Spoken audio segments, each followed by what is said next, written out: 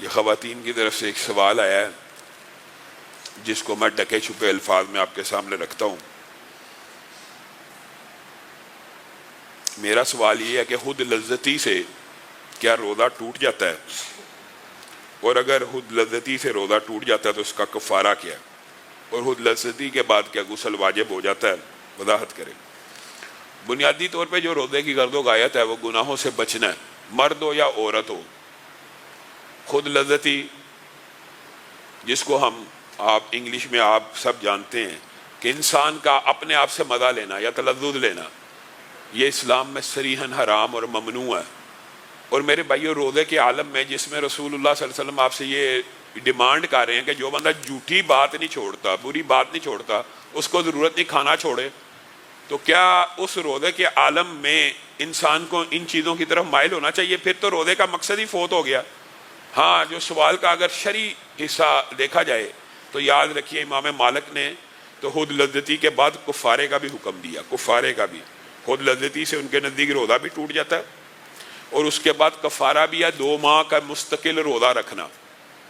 باقی اماموں کے نزدیک بھی خود لذتی کے بعد جو ہے روزہ ٹوٹ جاتا ہے۔ اہل حدیث کے اکثر علماء کے نزدیک بھی ٹوٹ جاتا ہے، لیکن ظواہر کے نزدیک اور اہل حدیث بعض علماء کے نزدیک جو خود لذتی ہے وہ نواقض روزہ میں شامل نہیں ہے۔ اس کی دلیل وہ یہ دیتے ہیں کہ اگر انسان سویا اور احتلام ہو جائے تو روزہ نہیں نہ ٹوٹتا، اسی طرح اس کا مطلب ہے احتلام کا ہونا نواقض وضو میں شامل نہیں ہے، نواقض روزے میں شامل نہیں ہے۔ تو خود لذتی سے بھی اگر احتلام ہو گیا ہے تو وہ نواقض روزہ میں شامل نہیں ہے۔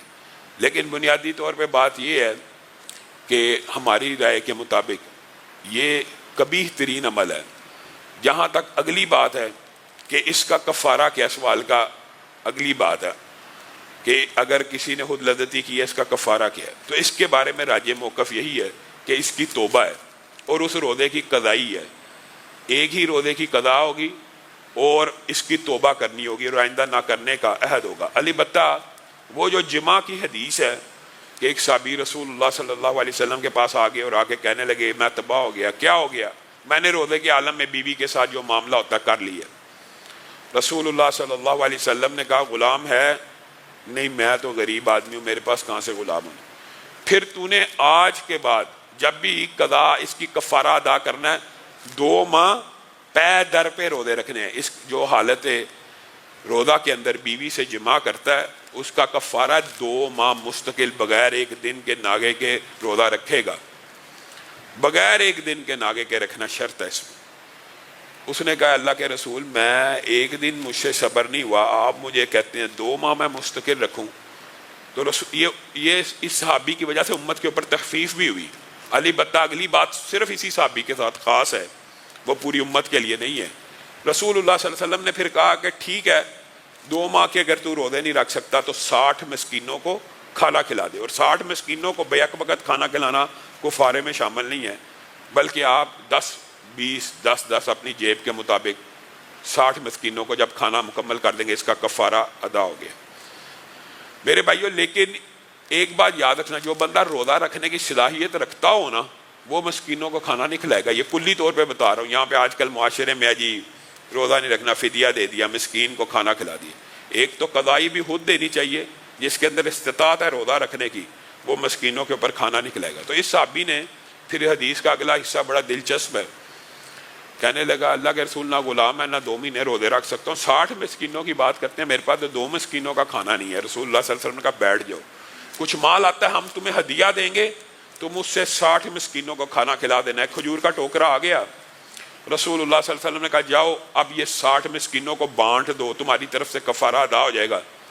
ٹوکرا اٹھاتے ہوئے کہنے لگا اللہ کے رسول مدینہ میں مجھ سے بڑا تو مسکین ہی کوئی نہیں، میرے سے زیادہ بڑا مسکین کون ہو سکتا ہے؟ یہ اس ٹوکرے کے اوپر تو میرا ہی حق ہے۔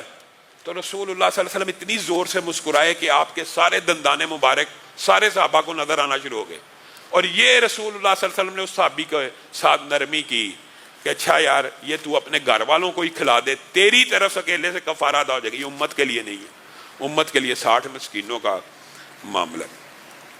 اور میرے بھائیو، یہ جو خود لذتی ہے یہ بہت بڑا جرم ہے انسان کو۔ اب مجھے آپ بیٹھے میں اب سمجھنے سمجھانے کے لیے. کوئی بیوی نواقض صوم نہیں ہے, بیوی کو ہاتھ لگانا نواقض صوم نہیں ہے, بیوی سے تلذذ لینا یا لطف اندوز ہونا ہی نواقض صوم ہے نا. تو اسی طرح مشتری میں بھی آپ وہی لذت تو لے رہے ہیں, تو آپ کو ان چیزوں سے اجتناب کرنا چاہیے. اللہ تعالی ہم سب کو محفوظ رکھے.